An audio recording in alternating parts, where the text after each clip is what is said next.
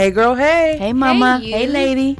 You are tuned in to the Scenes from a Single Mom podcast. We don't grow alone, and this podcast ensures that you don't have to. Grab your journal and a drink and join us.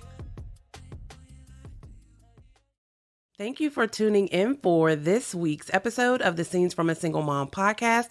I am your co-host, Tiffany Huff Struthers, and I am going to be joined today with an amazing co-host, Brooke Berry. Before we dig into sharing and speaking with Brooke, I want to remind you, if you haven't already, please make sure that you hit the subscribe button so that you are aware as soon as we drop new episodes.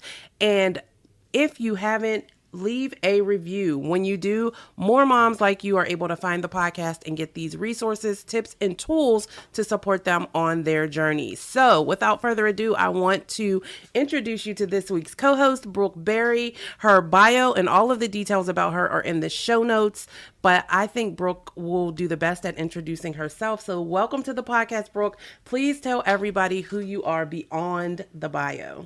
Thank you, Tiffany. Hi, everyone. I'm Brooke Berry, and I am a mother to a 5-year-old son.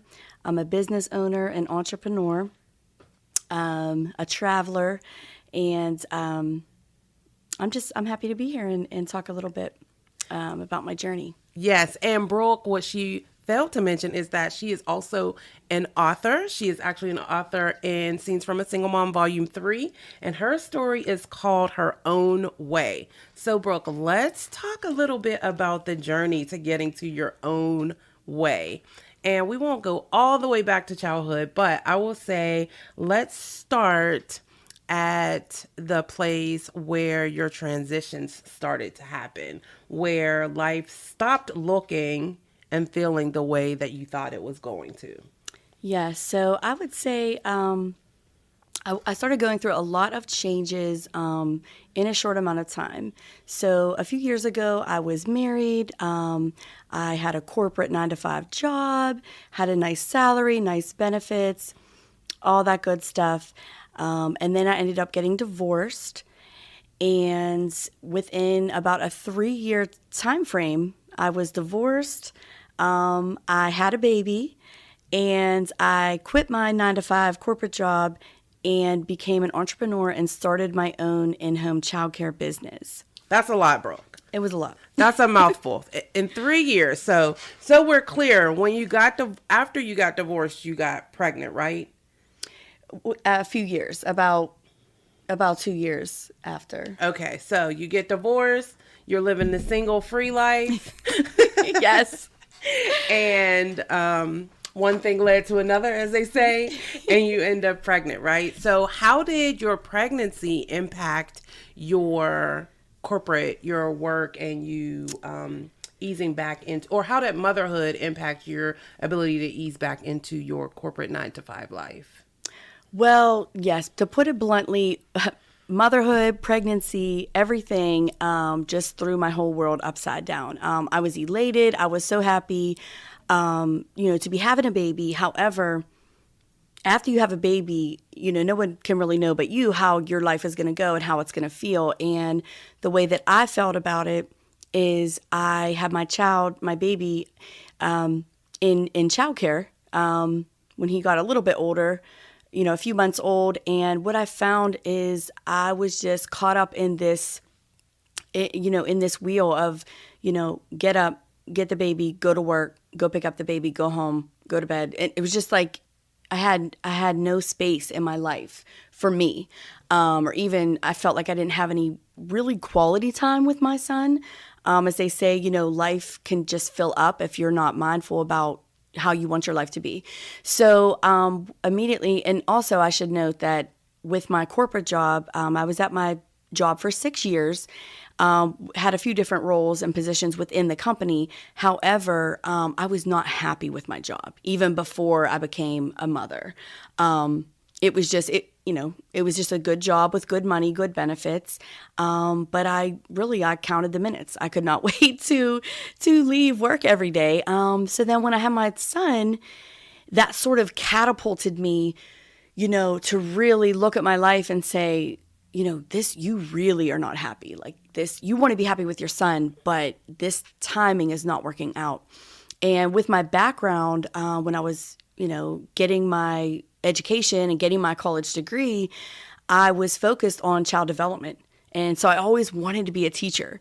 So it was sort of like I was working this job that had nothing to do with, which a lot of people I know experience this, but my job had nothing to do with my life experience, my education, my bachelor's degree. And now I have this son. And then on top of it, I became a single mother when my son was just a few weeks old. So here I was, this full-time working single mother, really just running to point A to point B to point C and not having any real fulfillment in it. And this is, I want to stop you there because I know that there are other moms who can relate to the challenge of being unfulfilled, hating your job, but making a good wage, right? Getting this money that supports a lifestyle that you want. So how did you balance knowing that you needed to leave that job because of the state of mind it put you in, and how you went home to your son? How did you balance that with the fact that you needed the money? Yeah, so what I did was I did my research, right? So, anyone who is an entrepreneur will tell you don't just quit your job one night and the next day start trying to figure out what you're going to do. So, I started doing some research online. I went to an orientation about, do you really want to be a childcare provider? What's involved? What's the legalities? What can you expect for salary? Things like that. So I would say I did invest a good 12 months in that research phase. While you were still working. While I was still working, exactly. While I was still working full time, doing the grind, but, focusing on what I wanted my life to become. How'd you balance that with a new baby as a single mom? Because I'm sure there's somebody who's listening who would say, well, I want to leave my job. I want to go back to school, but I just don't know where I will get the childcare or how I will get the money to even take these classes. How did you manage the juggling, if you will? Yeah, so I definitely attribute to family and friends. I have a big support network with my family, my parents, my siblings, friends. I had all of that when I was transitioning, or even before I was transitioning. They were helping me, and I can remember when I actually did quit my job and started my new business. Actually, well, right before, I had some family members and some good friends taking care of my son, because then obviously I transitioned him out of his childcare that he was attending, because then he would be with me. Right. So I would just tell people who, if you're, mothers, that you want something different, maybe you have a good job with, you're making good money, but you're just not happy, is you really just have to find that balance, and you have to believe in yourself. That's what I struggled with a lot, because, when having a young baby, and I also breastfed my son.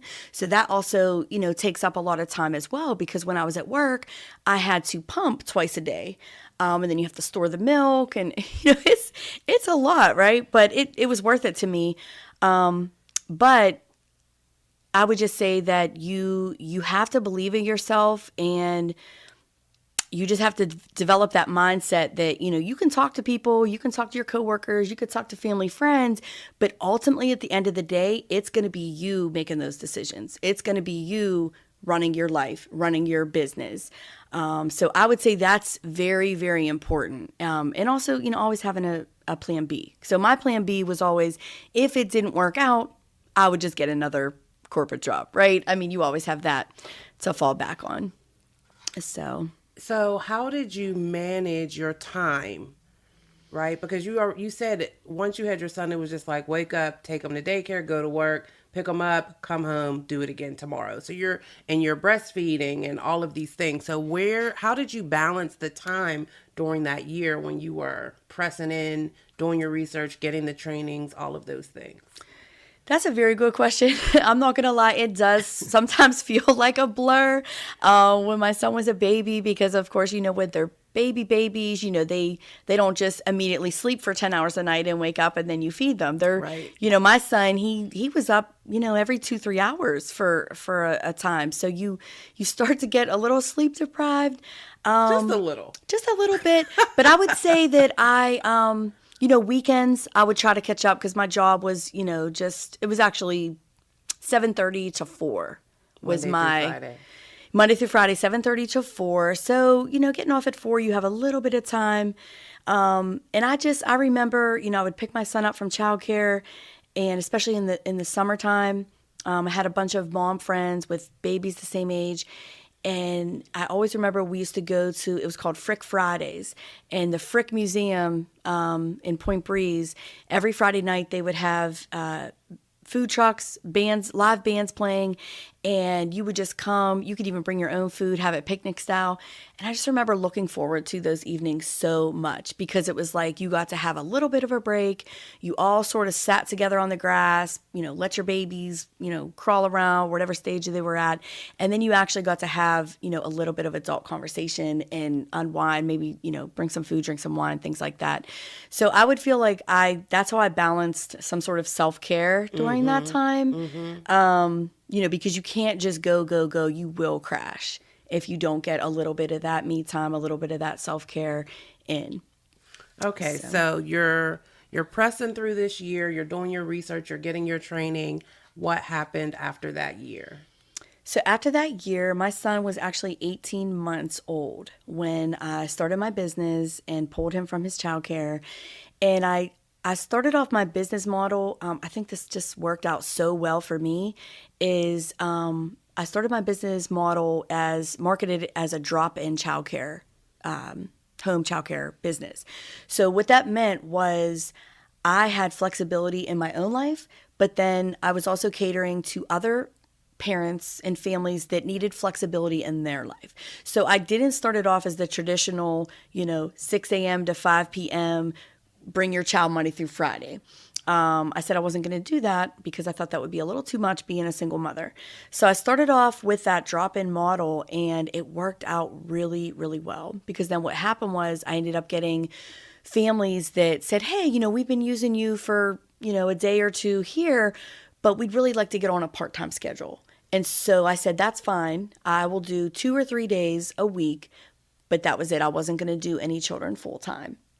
So that happened organically. It did happen organically, and I have to attribute I would say 90% of my business, my family's, came from an organization called New Mom's Coffee. And New Mom's Coffee was a place that if you have a young baby, you could go and you could bring your baby and you could talk to other moms that were just like you, that had this new baby and, they're new at this and trying to figure this out. And so when you joined that group, there's like a big Facebook group that you all become a part of.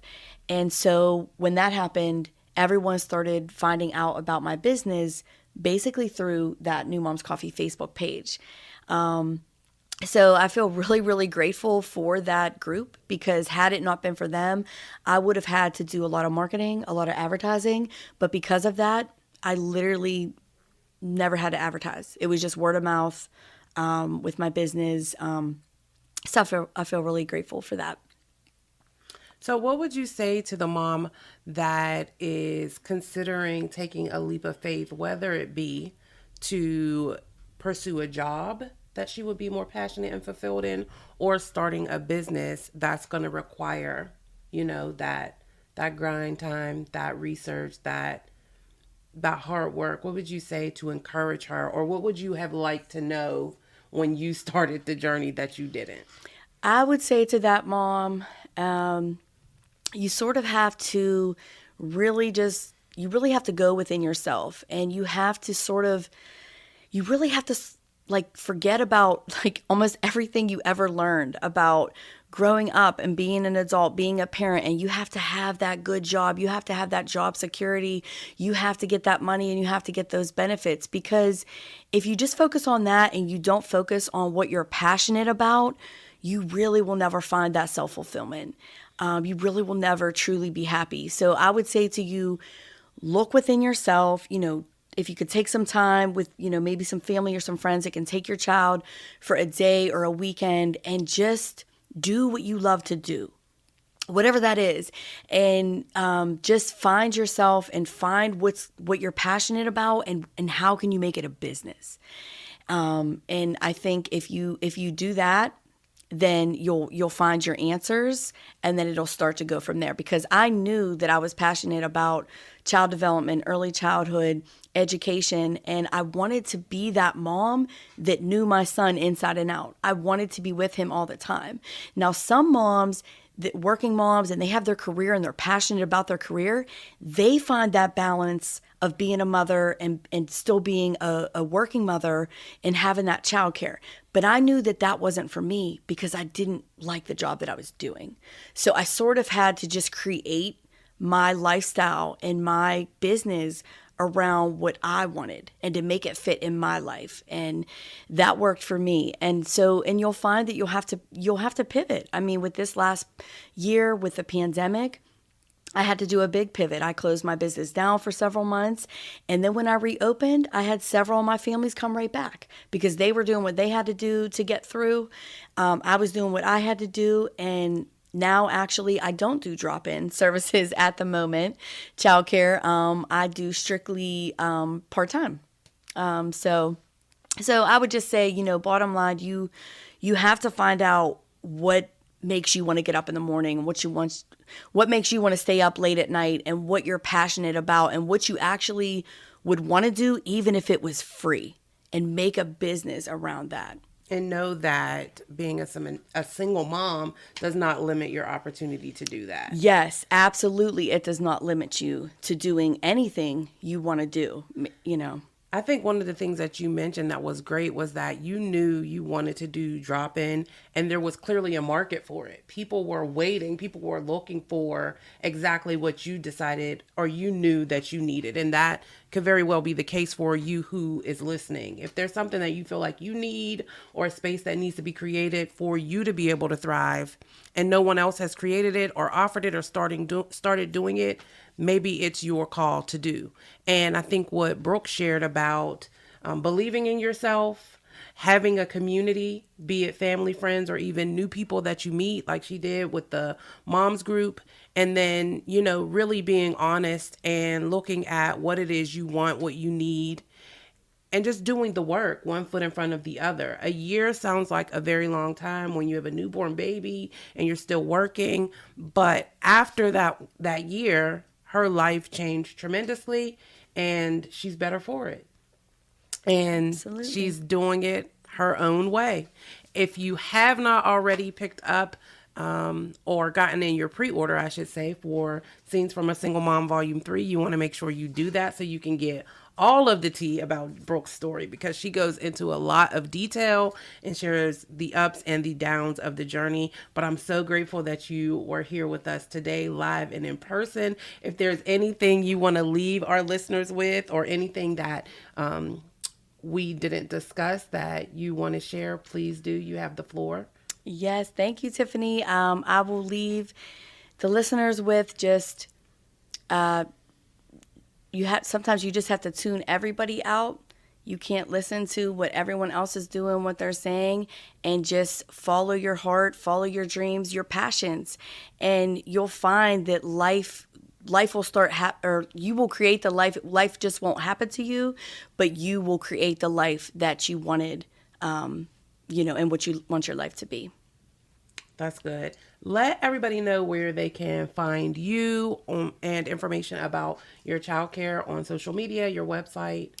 Yes, you can find me on Facebook. I have a business page, Brookberry's Home Childcare. And I don't have a website yet, but that is coming. And you can find me on Facebook there. And you can email me as well. My email is brookberrychildcare@gmail.com. And I'll make sure that we link all of Brooke's information in the show notes.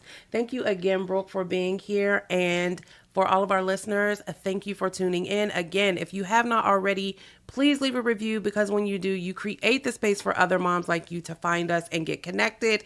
If you haven't already, share this out wherever you're listening or watching with some other mom or another woman who could benefit by what we have to share. And we we look forward to chatting with you next time.